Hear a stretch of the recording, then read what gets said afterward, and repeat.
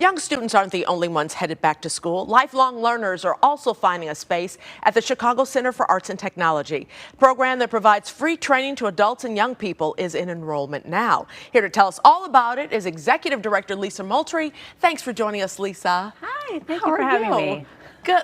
There is a divide right now between technology and the older generation. How are you guys setting them up to be winners and success? So we provide training in youth arts and adult vocational programming, and there's technology across all of our programs. So for the youth programs, they learn coding, they learn how to use software and like Adobe Suite, so they can edit photos and all of that. So they're using computers, state-of-the-art equipment, 3D printers, the whole gamut. And even on the adult side, they are working with equipment and learning how to code on computers and that sort of thing so they can do medical billing and coding. Is there a different way to teach, and I asked our previous guest, to teach the younger generation over the older generation? Different method? You know, I think it's just about being hands-on and being engaged as an instructor, you know, so I think everybody enjoys an instructor that knows their stuff first and foremost, and they have the opportunity to practice and to try things and use, you know, the equipment that they need to for technology.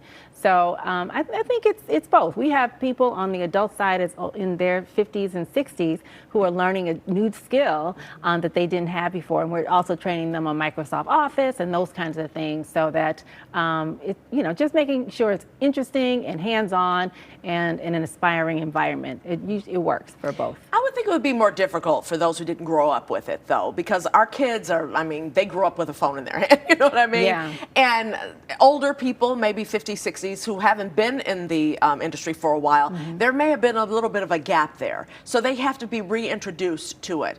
And is that what you guys do, reintroduce them to it, or? We do on the adult side. As I said, we provide Microsoft Office training, so some basic things in terms of, you know, sending an email or adding an attachment, those kinds of basic skills that you need. But what we find in our with our employer partners is that, you know, these workers will need to be able to operate machinery, have higher level skills in, you know, in the healthcare field. So they will be trained in that, in addition to that, you know, what we provide at the school.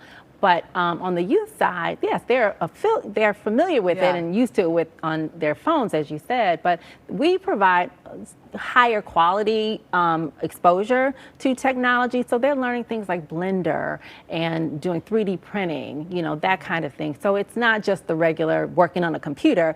They are learning very high quality, working with high quality equipment and skills using software that is really, in many cases, professional use. Are these things that cannot be provided or not being provided in schools right now?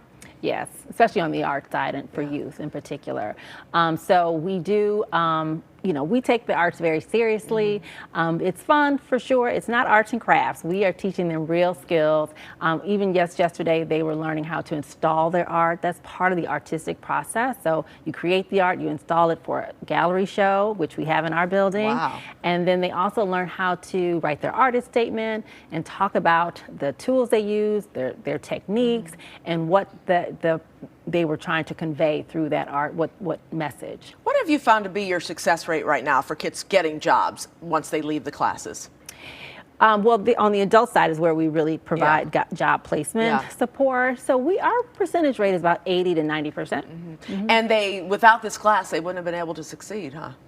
Well, we believe in that everybody has that. We just support their strengths and give them opportunities that they might not otherwise have at no cost, I might add. Yes. So yeah, that's important. Yeah, it is, especially these days, right? So we believe in the power and the talent of all the people who come to us. We're just there to give them the tools and the experiences that they can use to succeed. Do you find the young kids are getting life lessons by doing this? Oh, absolutely, no doubt, no doubt, no doubt, no doubt. And life lessons in terms of, you know, really believing in their own voice, utilizing tools that they may not have experience or exposure to, and figuring that out. My own daughter is in one of our classes because she's a teenager and she's a part of the After School Matters program that we're supported by. And she hadn't used one of the software programs. She hadn't used Blender, but but with our wonderful instructor that she was in his class, she's learned it. And that's something she'll always take with her, the opportunity to learn how to do something that she hadn't had experience with before. Because we're preparing people for jobs that don't exist right now. And so the ability to learn something new and to relearn something new is a lifelong, and important skill to have. So that's what we're leaving kids with, because technology changes so quickly that we can't train them for everything that they will see. We have to have them lifelong learners and who are excited about learning. Every time you say blender, I think, the blender. Thank you, Lisa. You can find enrollment information at chycat.org.